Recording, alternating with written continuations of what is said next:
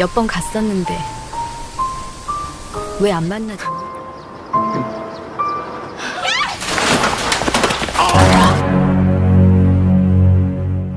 Halo, apa kabar Serena? Gimana Daramang? Semoga Daramang dan banyak uang ya guys ya.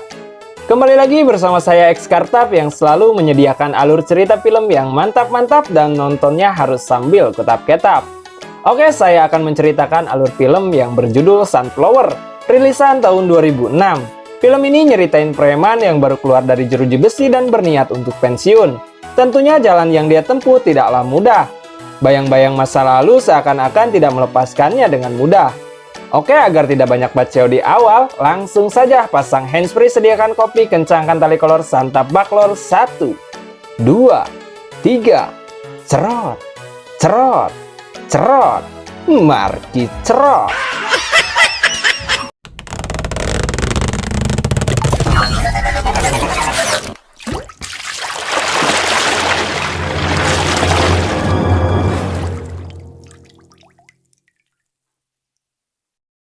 Film ini akan berfokus pada seorang pemuda residivis yang bernama Taesik. Terlihat Taesik sedang dalam perjalanan menaiki kereta menuju ke kampung halamannya. Setelah 10 tahun mendekam di penjara, kini Taesik terlihat rapi dalam berpakaian dan terkesan seperti pemuda cupu.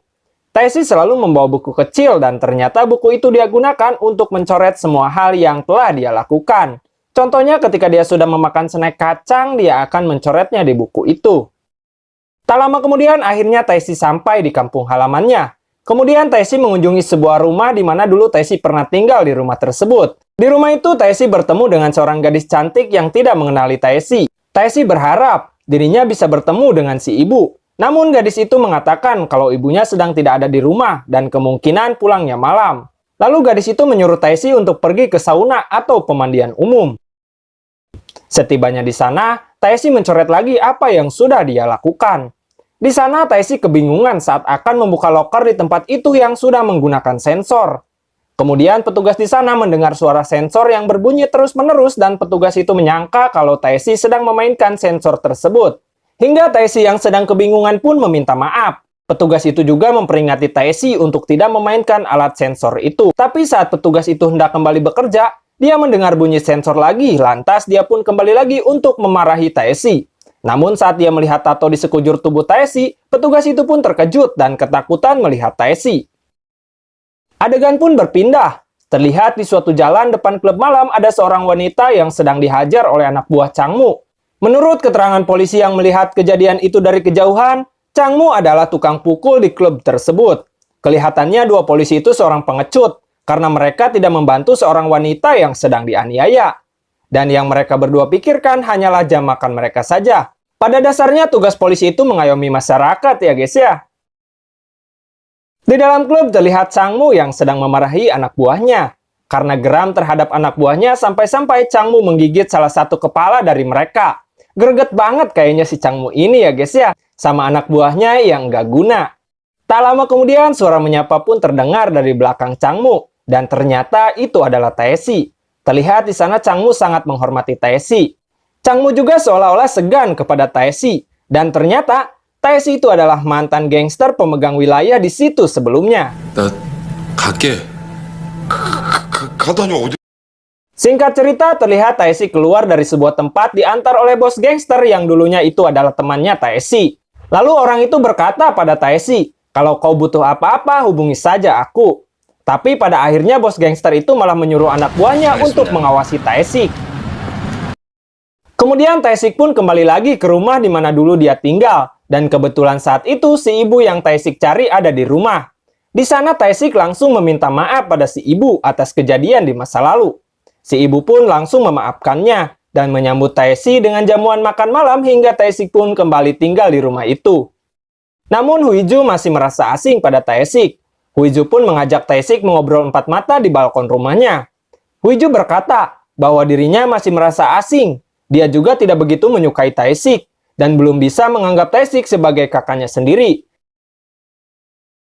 Keesokan harinya terlihat seorang bapak-bapak yang sedang mempromosikan dirinya agar terpilih menjadi anggota dewan di sebuah pasar. Bapak-bapak itu bernama Pensu. Setelah selesai, Pensu pun masuk ke dalam mobilnya. dan Pensu merasa jijik terhadap orang-orang pasar itu.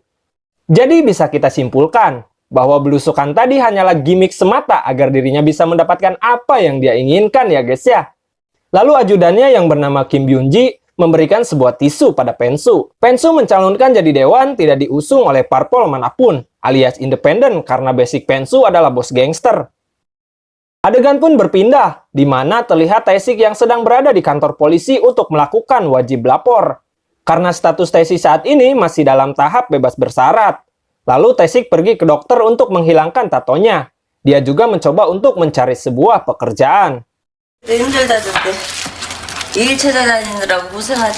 Singkat cerita, akhirnya Tae-sik pun keterima bekerja di sebuah bengkel. Tak lama kemudian datang dua polisi pengecut untuk mengawasi Tae-sik yang sedang bekerja.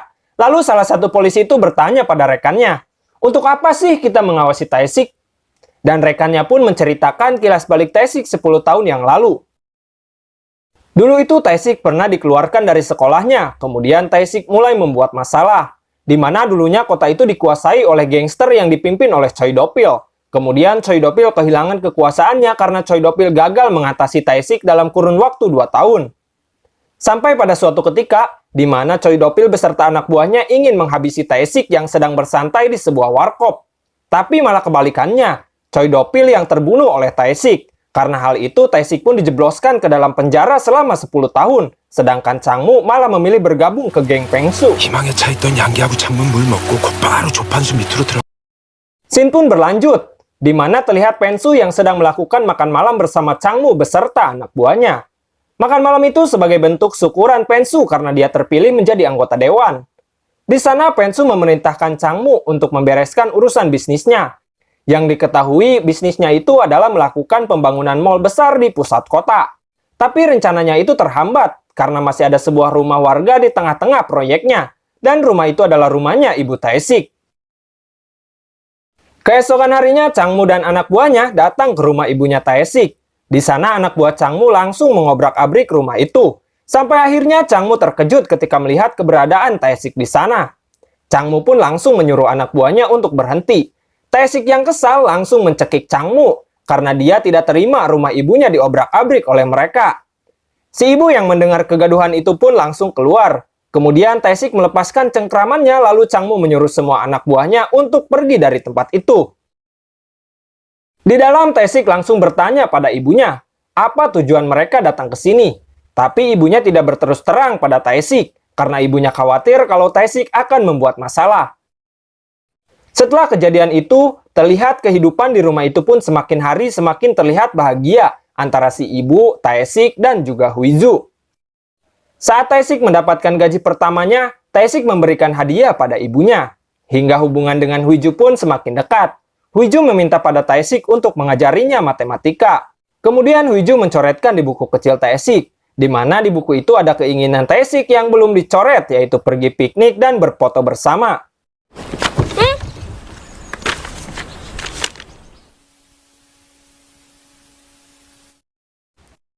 Malam harinya Byun-ji menemui Tae-sik dan di sana dia bercerita pada Tae-sik bahwa sebenarnya Pengsu ingin membuat sebuah mall besar di tempat tinggal Tae-sik sekarang. Pengsu sudah membebaskan semua lahan di sekitarnya, kecuali rumah ibunya Tae-sik yang berada di tengah-tengah lahan tersebut. Hingga Pengsu sangat kesal terhadap mereka karena tidak mau menjual rumahnya. Byun-ji menyarankan pada Tae-sik beserta keluarganya untuk segera pergi dari tempat itu dan hidup tenang di tempat lain sebelum masalah menghampiri mereka. Mengingat Pengsu adalah seorang pengusaha yang berbahaya. Pengsu tipikal orang yang selalu menghalalkan segala cara untuk mencapai semua tujuannya. Di tempat lain terlihat Changmu dan rekan-rekannya sedang merencanakan sesuatu untuk mengurus rumah ibunya Tae-sik. Keesokan harinya, Changmu dan anak buahnya kembali lagi mendatangi rumah si ibu. Di sana Changmu langsung merusakkan semua barang yang ada di sana dan mengeluarkan ibunya Tae-sik secara paksa. Huizu yang sedang merekam kejadian itu langsung berlari dan menakol Changmu dengan kameranya. Namun hal itu tidak menghentikan perbuatan Changmu dan anak buahnya. Lalu Huizu langsung bergegas lari untuk menemui Tae-sik di tempat kerjanya dan meminta Tae-sik untuk segera pulang. Tapi sayangnya, setelah Tae-sik sampai, komplotan Changmu sudah meninggalkan rumah itu.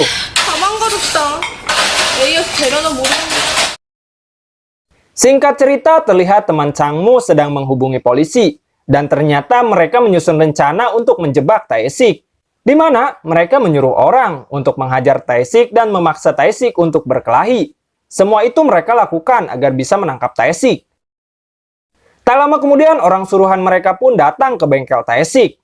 Mereka menyuruh Tae-sik untuk merubah mobilnya agar ada sayapnya. Di sana Tae-sik mengatakan kalau di bengkelnya tidak bisa melakukan hal tersebut, dan Tae-sik pun menyuruh mereka untuk mencari bengkel lain. Kemudian orang-orang suruhan itu langsung menghajar Tae-sik. Di sana Tae-sik sudah sempat meminta maaf, namun mereka tidak menghiraukannya dan tetap menghajar Tae-sik.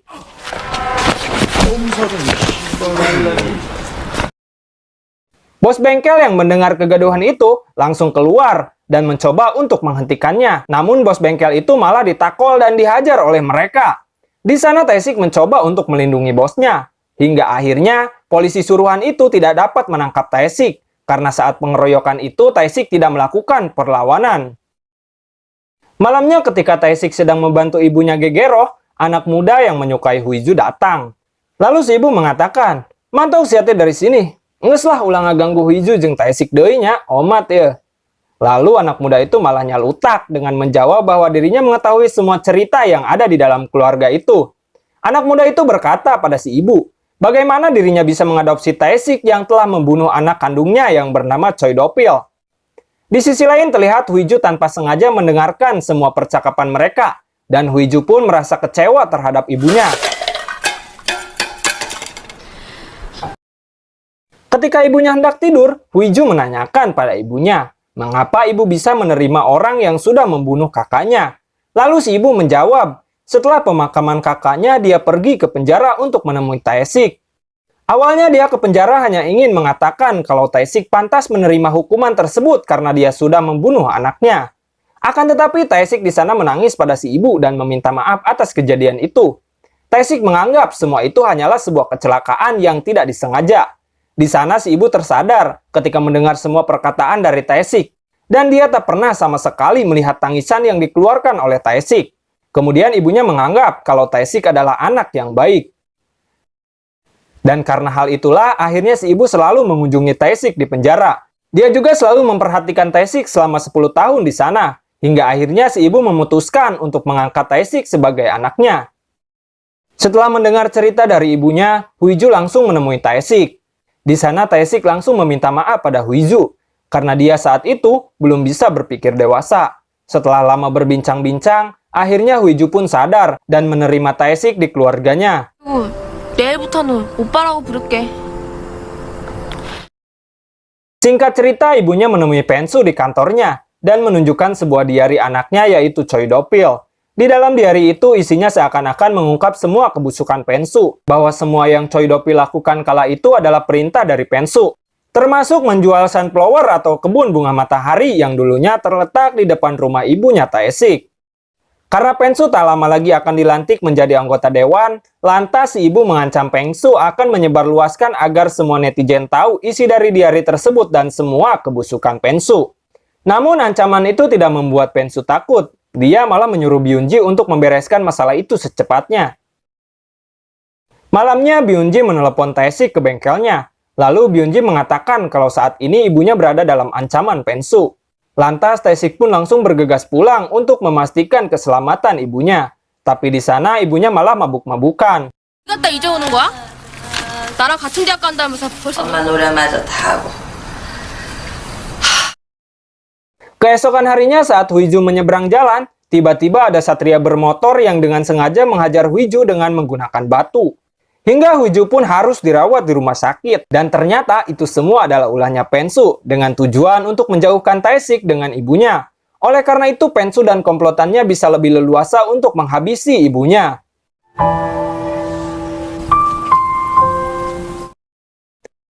Dan benar saja, malam harinya orang suruhan Pensu datang ke rumah si ibu dan mencekik si ibu sampai tewas. Lalu orang itu mengambil sidik jari ibunya Tae-sik dan mengambil buku diari milik mendiang Choi Do-pil.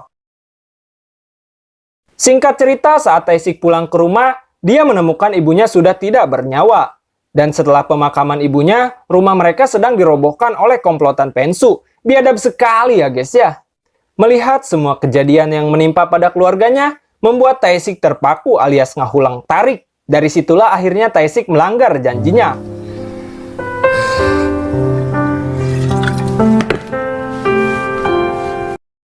Lalu Tae-sik pergi ke tempat Pensu seorang diri, di mana saat itu Pensu sedang merayakan keberhasilannya. Byunji yang berada di sana disuruh pergi oleh Tae-sik kalau dia masih ingin hidup. Dan Byunji pun bergegas pergi meninggalkan tempat itu sambil berkata pada Tae-sik, "Terima kasih, kau telah membiarkanku hidup."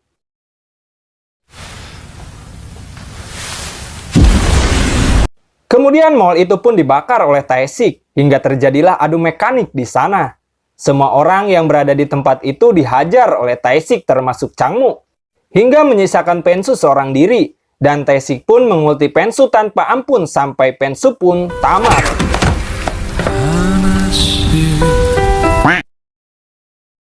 Ending yang sangat mengharukan ya guys ya. Jadi intinya jangan pernah membangunkan harimau yang sedang tidur. Oke, itu tadi alur film Sunflower. Yang menjadi MVP-nya di film tadi adalah Byunji ya guys ya. Saya Kartap beserta rekan-rekan yang bertugas undur diri, sampai jumpa di video berikutnya. Amigos, permios. Salam Kutak Keta.